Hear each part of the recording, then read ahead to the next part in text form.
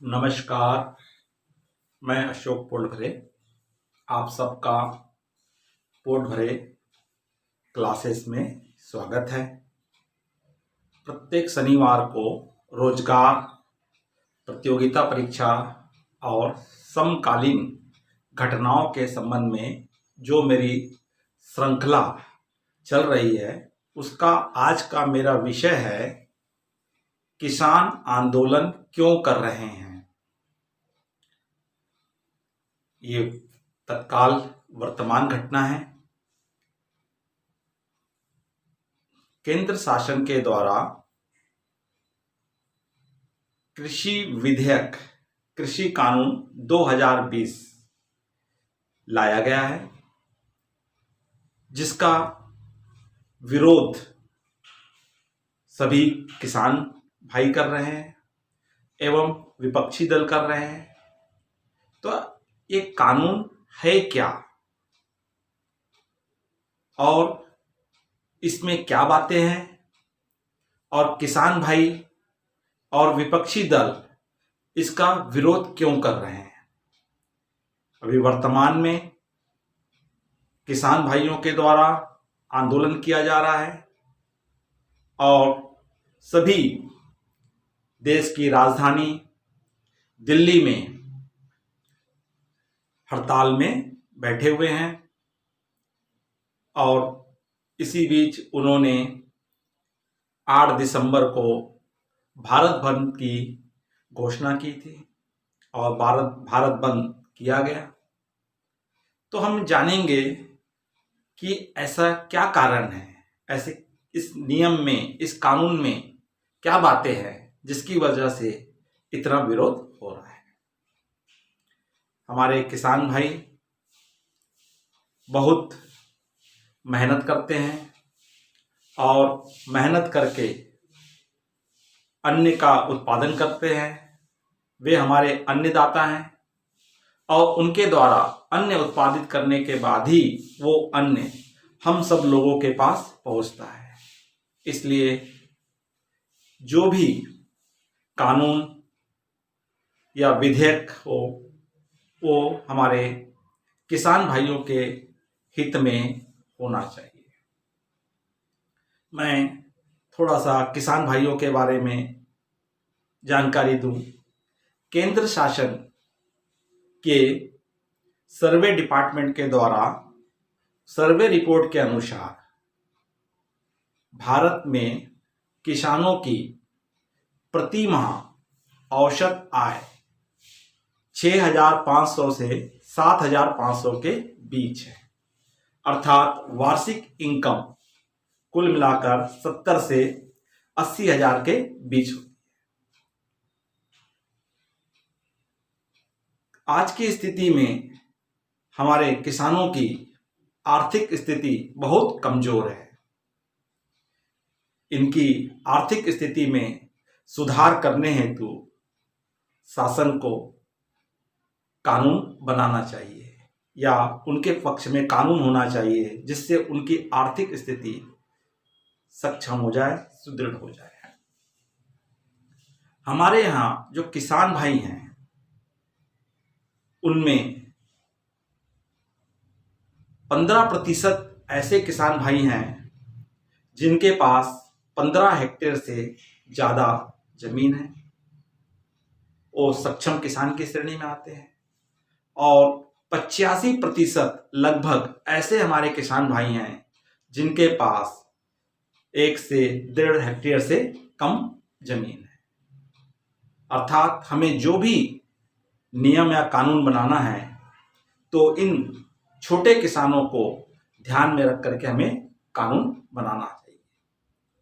तो केंद्र शासन के द्वारा कृषि सुधार अधिवेशन जो 2020 जून 2020 में कोरोना काल में जो विधेयक लाया गया, जो बिल प्रस्तुत लाया गया, उस बिल में या उस विधेयक में क्या बातें थी और उस बिल को किस प्रकार से प्रस्तुत किया गया और जो कानून लाया गया वो कानून क्या था।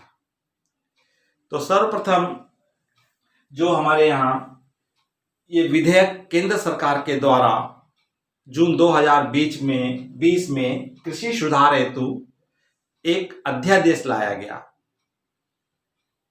और अध्यादेश के द्वारा ये कानून बिल प्रस्तुत किया गया। तो सर्वप्रथम हमें ये जानना होगा कि ये अध्यादेश क्या है। तो संविधान की धारा 123 के अनुसार राष्ट्रपति के द्वारा आपातकाल या युद्ध की स्थिति में ये अध्यादेश या कानून लाया जा सकता है और जून में केंद्र सरकार के द्वारा राष्ट्रपति के माध्यम से यह अध्यादेश प्रस्तुत किया गया। इस अध्यादेश की वैधानिकता लीगल 6 माह तक इसकी अवधि होती है। 6 माह तक ये वैध माना जाता है और उसके पश्चात इसे संसद में लोकसभा और राज्यसभा में इसे पारित करना होता है। जिस समय पटल में इसको रखा जाता है तो उसके 6 सप्ताह के अंदर दोनों सदनों से ये बिल पास हो जाना चाहिए, अन्यथा ये बिल ऑटोमेटिक अपने आप कैंसल हो जाता है, रद्द हो जाता है। तो सितंबर में मानसून सत्र में केंद्र सरकार के द्वारा इन दोनों बिलों को प्रस्तुत किया गया और लोकसभा में पूर्ण बहुमत के साथ और राज्यसभा में ध्वनि मत के साथ इसे पारित कर दिया गया और ये अध्यादेश कानून का रूप धारण कर लिया। अर्थात वर्तमान में ये 3 जो कानून हैं क्या ले चुके हैं, अपना रूप ले चुके हैं, जिसका किसान भाई और विपक्षी दल घोर विरोध कर रहे हैं। तो हम बारी बारी से देखेंगे कि ये कानून क्या है, इसमें क्या प्रावधान है और किसान भाई इसका विरोध क्यों कर रहे हैं। तो सर्वप्रथम जो कृषि क्षेत्र है ये राज्य सरकार का विषय है। राज्य सरकार का विषय है तो इसलिए कई विपक्षी दल और कई कह रहे हैं कि ये कानून असंवैधानिक है और इस अपने आप एक कानून रद्द हो जाएगा। और कई लोगों ने सुप्रीम कोर्ट में याचिका दायर भी की है। लेकिन कानून की या संविधान की हमारी जो लिस्ट है जिसमें संसद की जो ड्यूटीज हैं, कौन कौन से कानून बनाए जा सकते हैं, किस किस क्षेत्र में हस्तक्षेप किया जा सकता है, उसी प्रकार राज्य सरकार की भी सूची है और एक सूची दोनों है जिसमें राज्य और केंद्र सरकार भी बना सकते हैं। तो राज्य सरकार की सूची में कृषि क्षेत्र राज्य के क्षेत्र में आता है। इसलिए कई पार्टियां कह रही है कि असंवैधानिक है। लेकिन तीसरी जो लिस्ट है उसमें दोनों को ये अधिकार प्राप्त है, इसलिए ये कानूनन रूप से सुप्रीम कोर्ट में संवैधानिक घोषित कर दिया जाएगा। तो सर्वप्रथम जो राज्य सरकार जो कृषि के क्षेत्र के अंतर्गत माना जाता है, राज्य का हस्तक्षेप माना जाता है और राज्य सरकार के द्वारा ही कृषि के संबंध में कानून बनाने का उन्हें अधिकार है। तो सर्वप्रथम 1950 के बाद पंडित नेहरू जी के द्वारा 1955 में इस कानून में केंद्र सरकार के द्वारा हस्तक्षेप किया गया था और उस समय जमींदारों के द्वारा जो किसानों के प्रति जो अन्याय किया जा रहा था, उनका शोषण किया जा रहा था, उन शोषण से मुक्त करने के लिए ही एक एक्ट बनाया गया था। उस एक्ट के तहत, अर्थात उस एक्ट का नाम है APMC, अर्थात agriculture produce market committee act. इस एक्ट के अंतर्गत राज्य सरकारों के द्वारा मंडियों का और समितियों का निर्माण किया गया, जिन पर पूर्ण रूप से नियंत्रण राज्य सरकार का था। और इस नियम के तहत यह कहा गया कि इस एक्ट के अंतर्गत उस क्षेत्र में किसानों को जो भी फसल का उत्पादन करेंगे, उनको इस मंडियों में ही, इन समितियों में ही बेचने का अधिकार था, यह कानून बनाया गया। अभी वर्तमान में जो हमारा कानून बनाया गया है वो हमारे 3 कानून हैं। पहला कानून हमारा है, पहला कृषि विधेयक है, कृषि उपज वाणिज्य एवं व्यापार विधेयक 2020, संवर्धन एवं सुविधा, इंग्लिश में कहा जाता है the farmer produce trade and commerce protection and facilities act 2020। दूसरा कानून हमारा है मूल्य आश्वासन पर किसान समझौता और कृषि सेवा बंदोबस्ती और सुरक्षा विधेयक 2020, the farmer agreement on price insured and firm service act 2020। और तीसरा हमारा है आवश्यक वस्तु संशोधन विधेयक, एसेंशियल कमोडिटी अमेंडमेंट बिल 2020। वैसे इनके नाम बड़े बड़े हैं, तो इनको हम एक एक नियम को हम समझने का प्रयास करते हैं। तो इसको समझने के पहले मैं 2-3 जो बातें बार बार आएगी उनके संबंध में आप लोगों को जानकारी देना चाहता हूं। जैसे इसमें APMC का तात्पर्य होता है एग्रीकल्चर प्रोड्यूस मार्केट कमेटी। तो ये एक्ट है, इस एक्ट के तहत प्रत्येक राज्यों में, प्रत्येक क्षेत्र में क्या बनाई गई है, कोऑपरेटिव सोसाइटीज बनाई गई है, मर्यादित समितियां बनाई गई है, जिसको किसान पंजाब और हरियाणा में इसे सब्जी मंडी भी कहते हैं। तो इन मंडियों में जो एक्ट लागू है, जिस नियम के तहत ये मंडियां बनाई गई है, और इसमें ये कानून बताया गया है संविधान में कि उस क्षेत्र के सभी को बेचने का पहला अधिकार कहां पे है, इन्हीं मंडियों पे है। और इसके अलावा अगर वो अन्य किसी स्थान पर बेचते हैं तो वो गैर कानूनी माना जाता है। दूसरा हमारा एक शब्द का उपयोग होगा बार बार, MSP, मिनिमम सपोर्ट प्राइस, न्यूनतम समर्थन मूल्य। ये न्यूनतम समर्थन मूल्य है क्या, जिसको हम MSP के नाम से कहा जाता है, मिनिमम सपोर्ट प्राइस कहा जाता है, या इसको मिनिमम सेल्स प्राइस भी कहते हैं। तो ये जो मूल्य है किसानों के लिए ब्रह्मास्त्र का कार्य करता है, क्योंकि कई बार हमारी जो फसलें हैं पूर्ण रूप से मानसून पे आधारित है। कई बार बहुत ज्यादा उत्पादन हो जाता है, तो कई बार बहुत कम उत्पादन होता है। अगर कई बार जब कम उत्पादन होता है, बहुत ज्यादा उत्पादन होता है, तो उस समय मांग क्या हो जाती है, कम हो जाती है, और रेट क्या हो जाते हैं, हमारे गिर जाते हैं। ऐसी स्थिति में किसानों के लिए क्या हो सकता है, नुकसान का सौदा हो सकता है। तब ऐसी स्थिति में सरकार क्या करती है, एक आपका MSP, न्यूनतम समर्थन मूल्य घोषित करती है कि कोई भी जो समितियां हैं वो इस मूल्य पर, कम से कम इस मूल्य पर उनके अनाज को क्रय करेगी, चाहे मार्केट में उसकी वैल्यू कम हो या ज्यादा हो। तब ऐसी स्थिति में किसानों को पूर्ण रूप से सुरक्षा प्रदान करने की दृष्टि से क्या डिक्लेयर किया जाता है, MSP, मिनिमम सपोर्ट प्राइस की घोषणा की जाती है।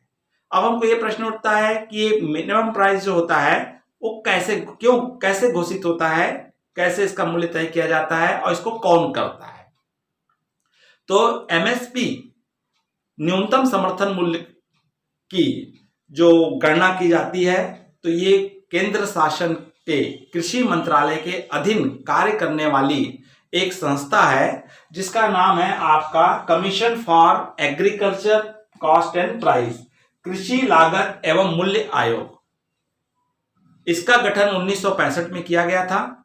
यह संस्था समर्थन मूल्य का कैलकुलेशन करती है, गणना करती है और गणना करने के पश्चात केंद्र सरकार को सौंपती है और फिर केंद्र सरकार उस समर्थन मूल्य की घोषणा करती है।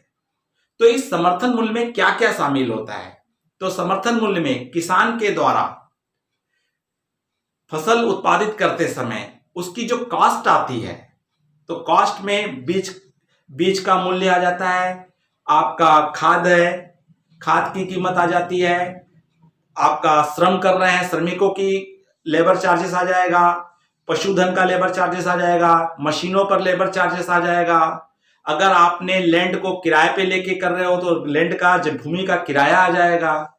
सरकार को राजस्व भुगतान किया जाता है तो राजस्व आ जाएगा। स्थायी संपत्ति हमारी होती है, स्थायी पूंजी होती है, उस पर हमको लोन आदि लिए हैं तो उस पर ब्याज आ जाएगा।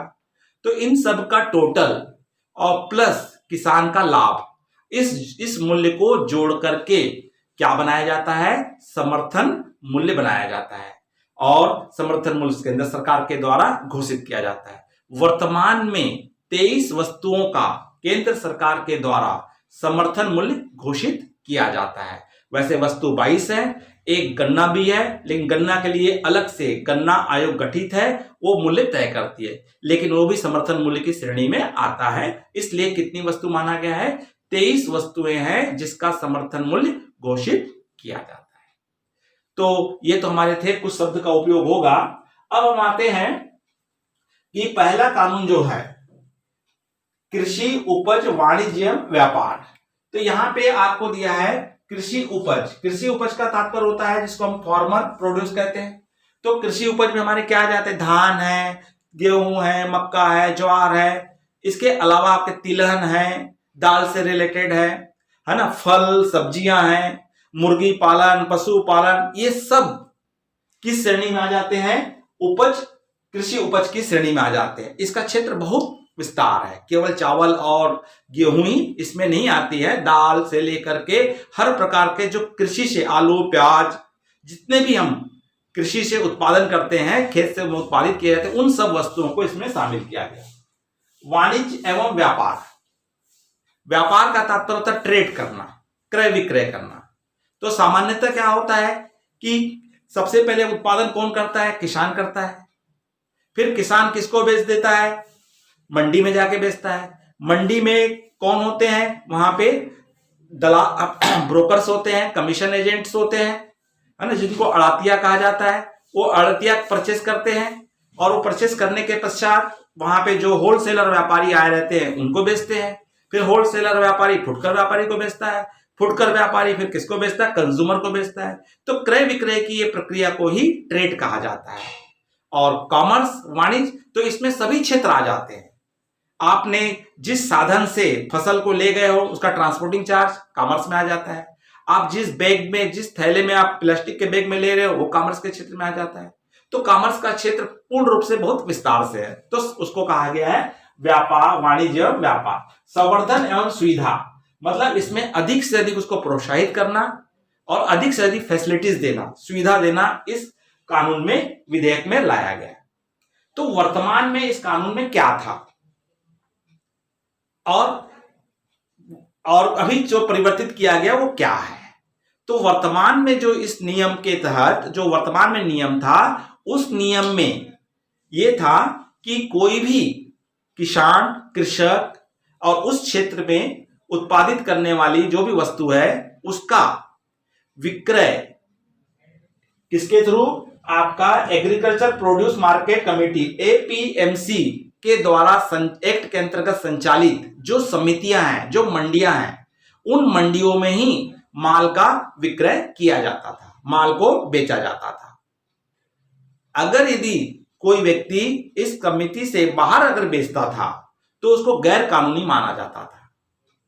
और लुके छिपे किसान अन्य जगह भी बेचते थे।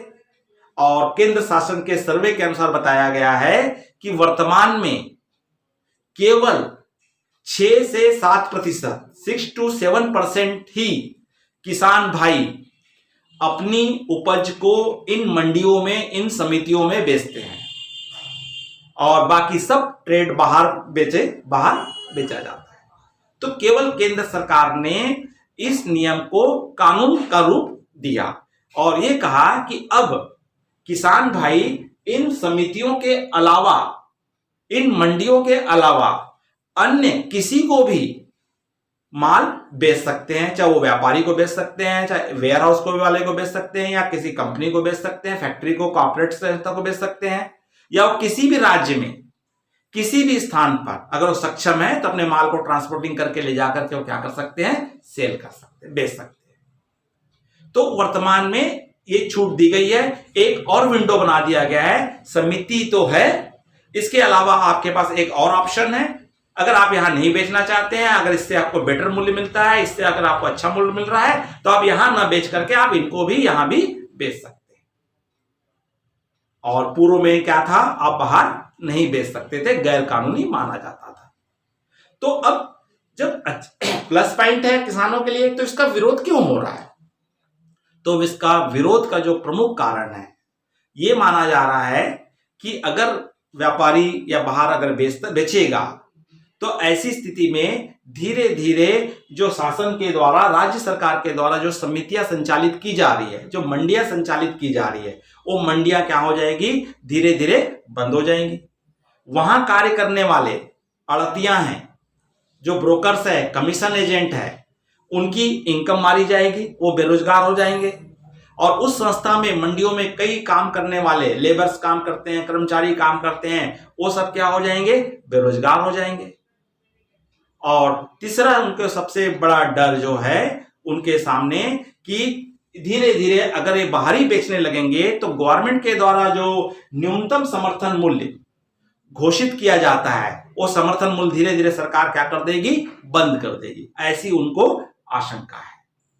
और दूसरी चीज कि अगर ये ट्रेड करने के लिए कोई व्यापारी आता है बाहर का, और अगर किसान से वो माल को खरीद लेता है और खरीदने के बाद उसको वो पैसा नहीं देता है, या उसके साथ विवाद हो जाता है, या उनके बीच में आपस में कॉन्ट्रैक्ट डिस्टर्ब हो जाते हैं, तो ये एक किसान कहां जाएंगे? क्योंकि अभी तक मंडियों में जो हमारे कमीशन एजेंट होते थे, अड़तिया होते थे, वो उनके माध्यम से ही क्या बेचते हैं, अपनी सामग्री को ही बेचते हैं। अगर उसमें प्लस माइनस होता है, क्योंकि वो पुराने व्यक्ति होते हैं, पहचान के होते हैं, इनलिए सुरक्षा थी कि हमारा पैसा कहीं नहीं जाएगा, किसान भाई सुरक्षित थे। लेकिन अगर ये बाहर के किसी व्यापारी को बेचेंगे तो उनकी सुरक्षा नहीं। तो अब ऐसी स्थिति में अगर केस होता है तो ये अपने केस को लेकर के, विवाद को लेकर कहां जाएंगे? तो इस नए नियम में एसडीएम और डीएम को ये पावर दिया गया है कि अगर इस प्रकार का कोई भी विवाद होता है तो आप कहां जा सकते हो, एसडीएम के पास और डीएम के पास जाएंगे।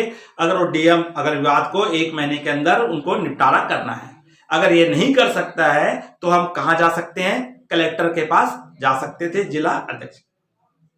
अगर तो इसका किसान भाई विरोध कर रहे हैं, उनका कहना है कि अगर हमें कहां मिलना चाहिए, कोर्ट में या सुप्रीम कोर्ट में भी बात करने का हमको अधिकार मिलना चाहिए। तो इस बात का भी क्या कर रहे हैं, वो विरोध कर रहे हैं। तो ये दो कुछ कारण है जिसको ऐसा लगता है किसानों को कि इसमें हमारा अहित हो सकता है, इसलिए वो इस कानून का क्या कर रहे हैं, विरोध कर रहे हैं। दूसरा हमारा कानून है आपका मूल्य आश्वासन पर किसान समझौता या कृषि सेवा सुरक्षा विधेयक 2020। इसको हम सामान्य रूप से सरल भाषा में कहें तो यह है कॉन्ट्रैक्ट फार्मिंग, कॉन्ट्रैक्ट एग्रीकल्चर। इस नियम के तहत किसानों को यह सुविधा दी गई है कि आपको अपनी फसल बुआई के पहले ही आप अपने फसल का मूल्य तय कर सकते हैं और किसी भी पार्टी को, किसी भी कॉर्पोरेट को, किसी भी कंपनी को आप बेच सकते हैं। इसमें उन्हें पास ये सुविधा है, जैसे एग्जांपल के रूप में कि अगर मान लीजिए किसान पार्लर आपका बिस्किट कंपनी है और बिस्किट कंपनी को गेहूं की जरूरत पड़ती है, या कोई केचप कंपनियां हैं जिसको टमाटर की जरूरत पड़ती है, तो ऐसी जो कंपनियां हैं वो किसानों के पास जाएगी और किसानों से कहेगी कि भाई आप हमारे को ये वाली क्वालिटी का फसल चाहिए, इतना गेहूं चाहिए, और इसका मूल्य हम आपको फसल बुआई के पहले ही इनका कॉन्ट्रैक्ट हो रहा है कि हम आपको कितने रुपए में माल को, आपका आज वर्तमान में जो मूल्य है वो मूल्य क्या कर दिया जाता है, तय कर दिया जाता है, और आपको वर्तमान में जो मूल्य है, चाहे फसल चाहे कम हो, मार्केट में जो भी वैल्यू हो, आपको कंप्लीट आपको इतना रुपए आपको मिलेगा। तो इससे किसान सुरक्षित है, उनको मालूम है कि भाई मुझे आज के डेट में इतना रुपए मिलना ही तय है।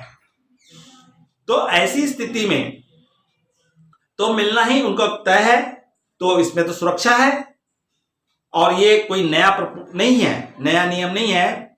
वर्तमान में ये कॉन्ट्रैक्ट फार्मिंग या कॉन्ट्रैक्ट एग्रीकल्चर कहाँ उपयोग में आ रहा है? महाराष्ट्र में, बिहार में, बहुत से स्टेट में आज भी इसका उपयोग है कि इसमें किसान को पूर्व में ही फसल बोने के पहले ही उनसे कॉन्ट्रैक्ट कर दिया जाता है, उनको मूल्य बता दिया जाता है और उनको पूरी सुविधा भी दी जाती है, बीज दिया जाता है, पानी की व्यवस्था कर दी जाती है, और फसल वही पार्टी जिसके साथ आपका कॉन्ट्रैक्ट हुआ है वही खरीदती है, और जो मूल्य तय हुआ था पूर्व में वही मूल्य पे आपको पैसा भी आपको भुगतान करती है। तो इसमें विरोध किस बात का है?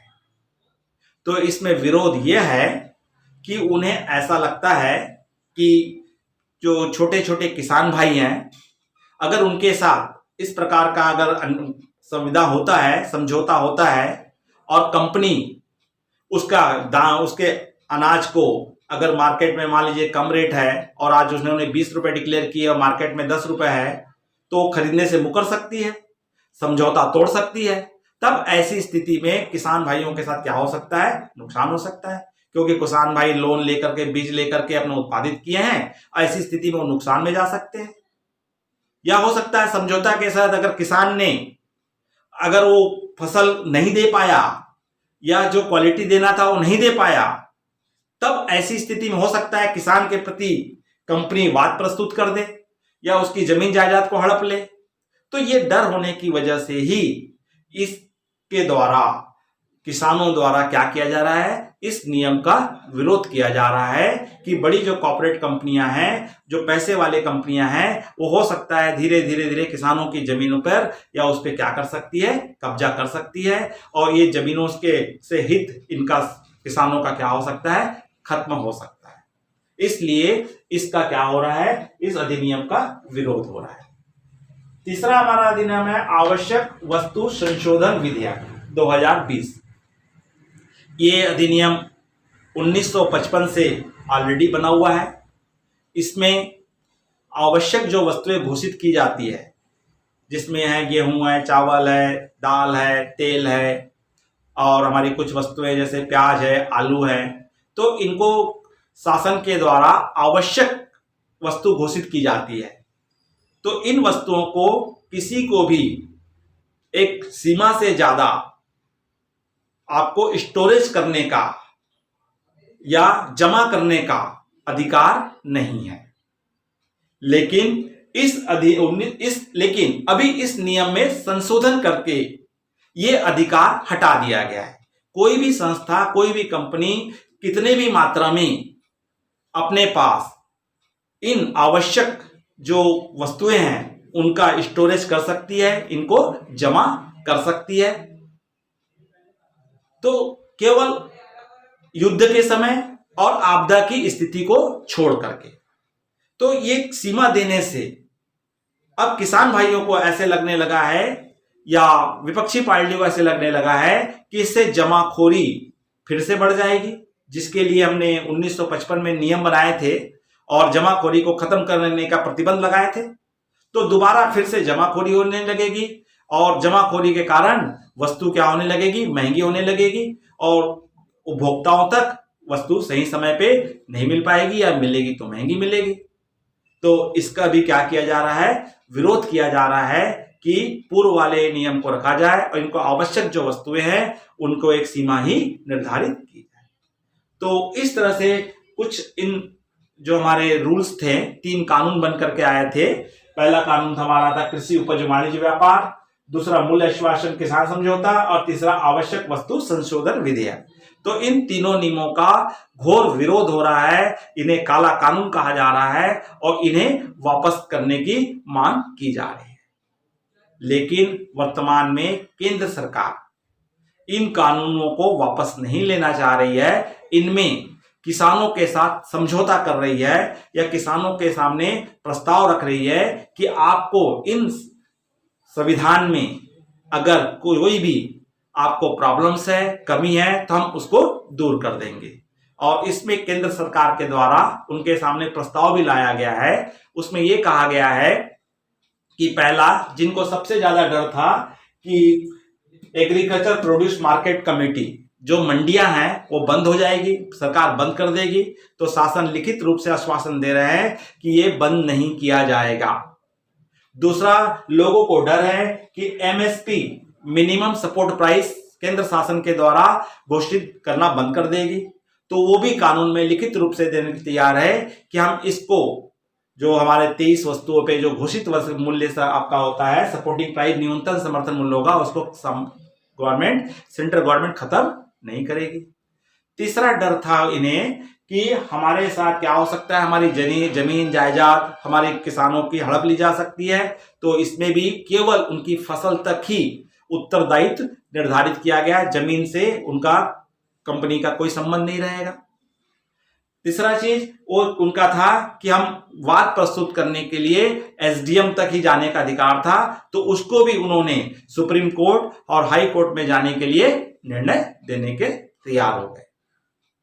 तो ये कुछ हमारे कानून में अगर कुछ सुधार कर दिया जाए तो हो सकता है भविष्य में ये नियम जो हैं किसान के हित में हो सकते हैं, क्योंकि केंद्र शासन की योजना है कि 2022 में किसानों की आय को दुगनी करना। तो इसलिए इन्होंने किसान या हम किसान सुधार कानून बोल सकते हैं, कृषि विधेयक सुधार कानून कह सकते हैं, 2020 लाया गया है, जिसका विरोध हो रहा है। तो ये तो आपको मैंने समझाने का प्रयास किया हूं, है ना। अगर आपको ये वीडियो अच्छा लगा होगा तो लाइक कीजिए, अधिक से अधिक लोगों को शेयर कीजिए। अगर आप इस चैनल को सब्सक्राइब नहीं किए हैं तो सब्सक्राइब कीजिए, क्योंकि इसी प्रकार के विभिन्न विषयों पे मेरे वीडियोस जो आएंगे उसकी जानकारी आपको समय पर मिल सके। नमस्कार।